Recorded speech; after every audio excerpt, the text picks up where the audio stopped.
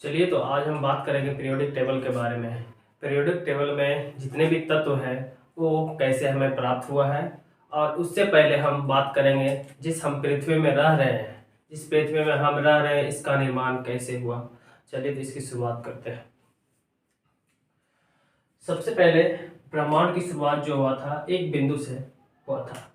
ये हमारे हडल नाम का एक वैज्ञानिक था। इन्होंने माइक्रोस्कोप से देखा, दूरबीन से देखा, तो इसे दिख रहा था कि ये सर्पिला आकार जो गैलेक्सी है, ये वृत्ताकार गैलेक्सी है, इसका अनियमित शेप है।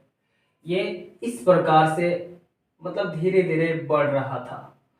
ये एज्यूम किया, सोचा कि ये जो निकला है ये एक बिंदु से निकला है, जिसका नाम दिया ये सिंगुलैरिटी या आदिकालिक पदार्थ। यहाँ पे एक धमाका हुआ जो ये फट कर बाहर आ रहा है। ये धमाका को हम बिग बैंग के नाम से जानते हैं, बिग बैंग। ठीक है। और यही सारे गैलेक्सी में जिसमें से एक गैलेक्सी है सर्पिलाकार, जिसमें हमारा पृथ्वी आता है। ठीक है। ये गैलेक्सी जो है, ये गैलेक्सी में बहुत सारे तारे हैं। ठीक है। उसमें से ही एक तारा जो है हमारा सूर्य है, जो हमारा एक तारा सूर्य है। ये गैलेक्सी को इसे आकाशगंगा कहते हैं। हम जिस गैलेक्सी में रहते हैं ये मिल्की वे कहलाती है। ठीक है। ये गैलेक्सी जो है इसमें बहुत सारे तारे हैं। इसी तारा का एक रूप है सूर्य। सूर्य में देखा गया कि इसमें एक गुरुत्वाकर्षण बल है। ठीक है। और ये जो ग्रह है इसमें कई तरह के ग्रह थे, और ये ग्रह टूट टूट कर बिखर गए।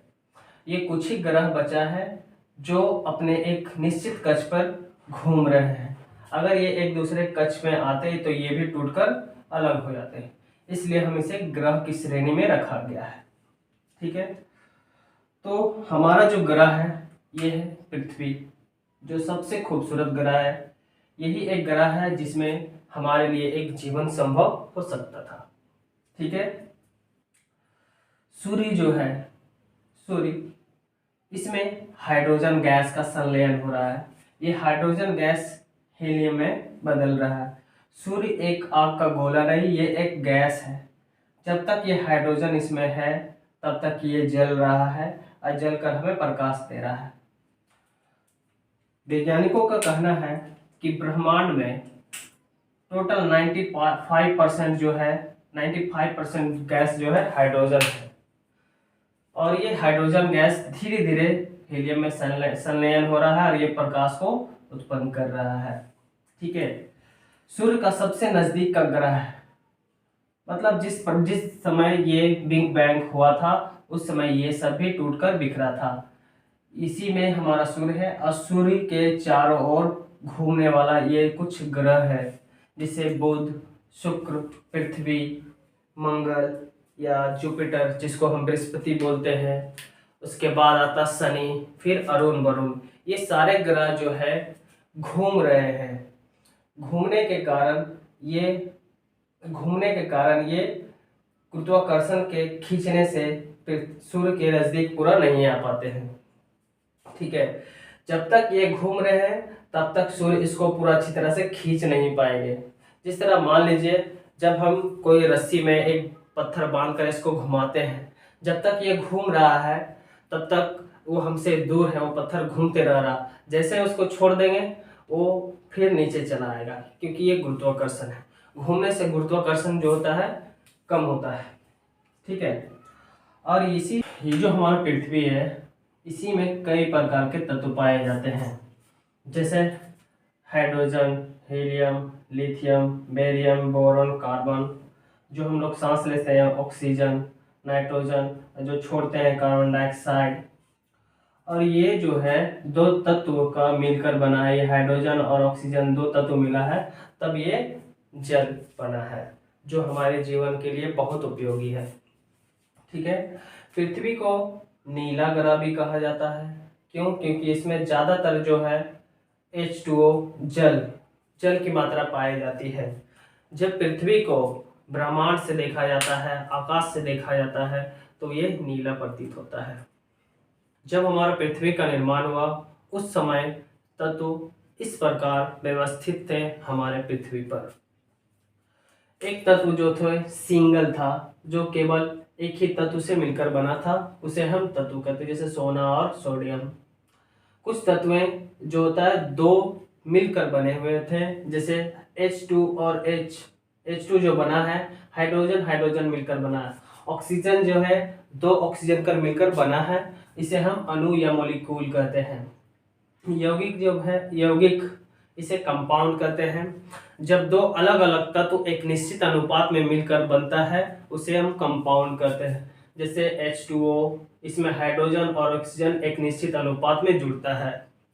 और ये कार्बन डाइऑक्साइड जो बना है, ये कार्बन और ऑक्सीजन का एक निश्चित अनुपात मिलकर बना है, ठीक है।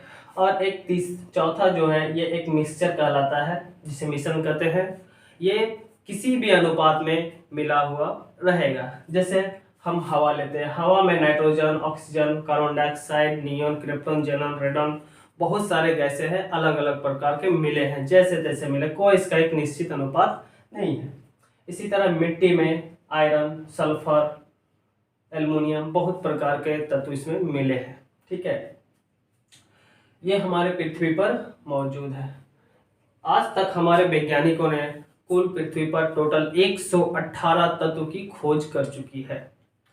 और सबसे पहले एक वैज्ञानिक हुए जो 1817 में डोबेराइनर, ये तत्वों को एक समूह में अरेंज करना चाहा। ठीक उसी प्रकार जिस प्रकार जब हम दुकान जाते हैं तो वहाँ दुकानदार एक बिस्किट को, एक अलग प्रकार के बिस्किट के साबुन को, उसमें नहाने वाले साबुन को और धोने वाले साबुन को भी एक व्यवस्थित करके रखते हैं अलग अलग प्रकार के, ठीक है। उसी प्रकार इसे भी, इस तत्वों को भी उस तरह सजाने की कोशिश की गई। तो सबसे पहले जो वैज्ञानिक हुए वो डोबेराइनर थे। उस समय 53 तत्व को अरेंज करना चाहा, लेकिन वो केवल ट्राइड्स ही बना पाए, इसीलिए इसको डोबेराइनर को ट्रिक पढ़ते हैं या ट्राइड्स पढ़ते हैं। उस समय 53 तत्व थे, जिसे इसने आधार क्या रखा कि ये पहले तत्व और तीसरे तत्व को जब जोड़कर 2 से भाग देंगे तो ये बीच वाला तत्व हमें प्राप्त होता है। तो इसने 3 ट्रैक बनाया था। यहाँ तक इसका 3 ट्राइड ही बना पाया था और यहाँ पे इसका फेल हो गया ये समूह अरेंजमेंट करने का, ठीक है। इसको याद करने के लिए जब पूछा जाता है कि डोबेराइनर के ट्राइड्स में कौन कौन तत्व थे, इसको याद करने के लिए एक ट्रिक है नकली। सबसे पहले 1, 2 और 3 नकली करके इसको याद करेंगे। दूसरा है, जब कोई व्यक्ति भोजपुरी में केसर मांगेगा तो इसको बोलेंगे केसर बा, केसर बा, इस तरह करके बोलेंगे तो ये एक ट्रिक बन गया, ठीक है। और तीसरा जो है इसको पढ़ेंगे CBI, ये हमारे क्राइम ब्रांच है CBI। C से क्लोरीन, B से ब्रोमीन और आयोडीन, ठीक है। और ये डोबेराइनर ही प्लेटिनम को सबसे पहले उत्प्रेरक के रूप में ढूंढा था। उत्प्रेरक क्या है? किसी भी रासायनिक अभिक्रिया को वो पूरा तीव्र कर देता है, स्पीड कर देता है, या फिर धीमी गति कर देता है या स्लो कर देता है, उसे हम उत्प्रेरक कहते हैं। इसकी सीमाएं यही थी कि ये केवल 3 ट्राइड्स ही बना पाए थे और यहाँ इसका डोबेराइनर का जो बनाने का जो सपना था अधूरा रह गया था, ठीक है। जब डोबेराइनर का तत्वों का व्यवस्थित ढंग से सजाने का जो तरीका था वो फेल हो गया, तब उसके बाद आए न्यूटन ने अपना अष्टक सिद्धांत दिया। जब ये अपना कार्य शुरू किए थे तत्वों को व्यवस्थित ढंग से सजाने के लिए, उस समय 3 तत्व की और खोज हो चुकी थी। उस समय टोटल 56 तत्व थे। तो चलिए इसके बारे में पढ़ते हैं। उस समय 56 तत्व विद्वान थे। द्रव्यमान के आधार पर इन्हें तत्वों को सजाना शुरू किया और ये भारतीय संगीत के 7 सुरों जैसे स रे ग म प ध नि सा से ये इसे लागू किया, इस पे जोड़ा, ठीक है। और इन्होंने कम द्रव्यमान वाले तत्व हाइड्रोजन से शुरू करते हुए 56वें तत्व थोरियम पर जाकर इन्होंने समाप्त किया। जो इसका अरेंजमेंट था वो इस प्रकार है। सा रे गा सा रे गा मा पा धा नी सा। इस प्रकार ये तत्वों को अरेंज किए थे। ठीक है, लेकिन इसमें कुछ गलतियां आ गई, जिसे हम न्यूलैंड की सीमाएं के बारे में पढ़ते हैं। इसकी सीमाएं क्या थी? अष्टक सिद्धांत केवल कैल्शियम तक ही लागू हो पाया था। कैल्शियम के बाद प्रत्येक 8वें तत्व का गुणधर्म पहले तत्व से नहीं मैच करता था। जैसे ये हाइड्रोजन है, हाइड्रोजन स रे ग म प ध नि सा। ऑक्सीजन के बाद जो तत्व आएगा फ्लोरीन, ठीक है, ये भी इससे 8वां तत्व हो गया, ये इससे मैच कर रहा है। ठीक है, फिर इसके बाद फिर 8वां तत्व कौन हो गया? मैच कर रहा है। ये जाते जाते ये कैल्शियम तक ही लागू हो पाया था। प्रत्येक पहला तत्व ये 8वें तत्व से मैच करता है, ये इन्होंने बताया था, लेकिन ये केवल कैल्शियम तक ही लागू हो पाया। ठीक है, दूसरा, इन्होंने भविष्य में केवल 56 तत्व ही होने का मतलब भविष्यवाणी की। इन्होंने पूरा एटीट्यूड से बताया कि केवल भविष्य में 56 तत्व ही रहेंगे, लेकिन इसके बाद भी कई तत्व खोजे गए और ये अष्टक नियम को फॉलो नहीं करता था। ठीक है, इन्होंने 2 तत्व को एक ही साथ रख दिया, जैसे कोबाल्ट और निकल, जो इनके तत्वों को ये सारणी जो सा में रखा गया है, इनके गुणधर्म के साथ मैच नहीं खाता है। और तुम आपका जो है निकेल, निकेल और कोबाल्ट जो है ये आयरन, आयरन ये Fe, इसके साथ इन तीनों का गुणधर्म एक साथ मिलता है। इसको इसमें रखना चाहिए था, ये नहीं रख पाए इस प्रकार। ये अष्टक नियम केवल हल्के तत्व ही लागू हो पाया है और कैल्शियम के बाद इसका जो सिद्धांत था खत्म हो चुका। यहाँ भी अष्टक नियम इनका फेल हो गया। ठीक है, इसके बाद आएंगे मेंडलीफ। इन्हीं को कहा जाता है फादर ऑफ पीरियोडिक टेबल, जिसे ये तत्वों को सही ढंग से व्यवस्थित करेंगे। डुबेराइडर और न्यूलैंड के बाद मेंडलीफ जो तीसरे वैज्ञानिक थे, वो सबसे सफल वैज्ञानिक हुए। इन्होंने पीरियोडिक टेबल को बहुत अच्छे और व्यवस्थित ढंग से सजा पाया है। जब ये काम करना शुरू किए थे उस समय तत्व की संख्या, ठीक है, और ये बहुत अच्छे से सजा पाए इन्हें, इसीलिए इन्हें फादर ऑफ पीरियोडिक टेबल कहते हैं। इन्होंने बहुत सारे उपलब्धियां भी प्राप्त की इसके लिए। चलिए इसके बारे में पढ़ते हैं। इन्होंने तत्वों को भौतिक और रासायनिक गुणों को पहले अध्ययन किया और इसके बढ़ते हुए द्रव्यमान संख्या में रासायनिक गुणों के आधार पर पीरियोडिक टेबल को बनाया। इन्हें 8 ऊर्ध्वाधर, जिसे ऊर्ध्वाधर जिस स्तंभ कहते हैं, 8 ऊर्ध्वाधर स्तंभ जिसे हम समूह कहते हैं, इस तरह का जो कॉलम है इसको हम समूह बोलते हैं। ऊपर से नीचे जो जाता है उसको हम समूह बोलते हैं या ऊर्ध्वाधर बोलते हैं।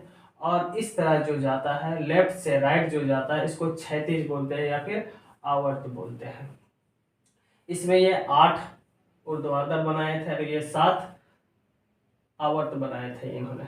ठीक है, मेंडलीफ की जो उपलब्धियां थी इस प्रकार थी। इन्होंने अज्ञात तत्वों के लिए पहले से पीरियोडिक टेबल में खाली स्थान छोड़ दिए थे, जिसके लिए ये स्केडियम है, गैलियम है और जर्मेनियम, इनके जगह पहले ही छोड़ दिया गया था। इतना ये सफल वैज्ञानिक हुए थे। समान गुणधर्म वाले तत्वों की उसको एक स्थान पर उसको जगह मिल गया था पीरियोडिक टेबल में, और बिना व्यवस्थित किए ही, बिना पिछली व्यवस्था को बिना छोड़े ही अक्रिय गैस को अलग समूह बनाकर, मतलब समूह इसको बोलते हैं, अलग समूह बनाकर अक्रिय गैस को इसमें अरेंज किया जा सकता था। ये पिछली व्यवस्था को, जो व्यवस्था बनाया इनको बिना तोड़े। ठीक है, यहाँ तक ये उपलब्धियां हासिल की थी। चलिए, तो ये इंसान है, इनसे भी कुछ गलतियां ही हो सकती है। चलिए, तो इसके बारे में कुछ सीमाएं भी है। इन्होंने समस्थानिकों को इस स्पष्ट स्थान नहीं दे पाए थे। समस्थानिक का मतलब यह होता है कि किसी भी तत्व के परमाणु द्रव्यमान अलग अलग हो लेकिन परमाणु संख्या सेम थी। ठीक है, हाइड्रोजन को एक निश्चित स्थान नहीं दे पाया था पीरियोडिक टेबल में, किस जगह पर इसको रखा जाए, और एक तत्व को दूसरे तत्व की ओर बढ़ने पर उसका द्रव्यमान संख्या भी बढ़े, लेकिन कुछ कुछ जगह पर ऐसा नहीं हो पाया था, ये कुछ कुछ कमियां थी। जैसे ये कोबाल्ट को पहले रख दिया गया था निकेल से, ठीक है, ये कुछ कमियां थी। तो इसको सुधारने के लिए एक और लास्ट वैज्ञानिक आए हैं, मोज़ले। ये आधुनिक वैज्ञानिक के पिता कहा जाते हैं, ठीक है।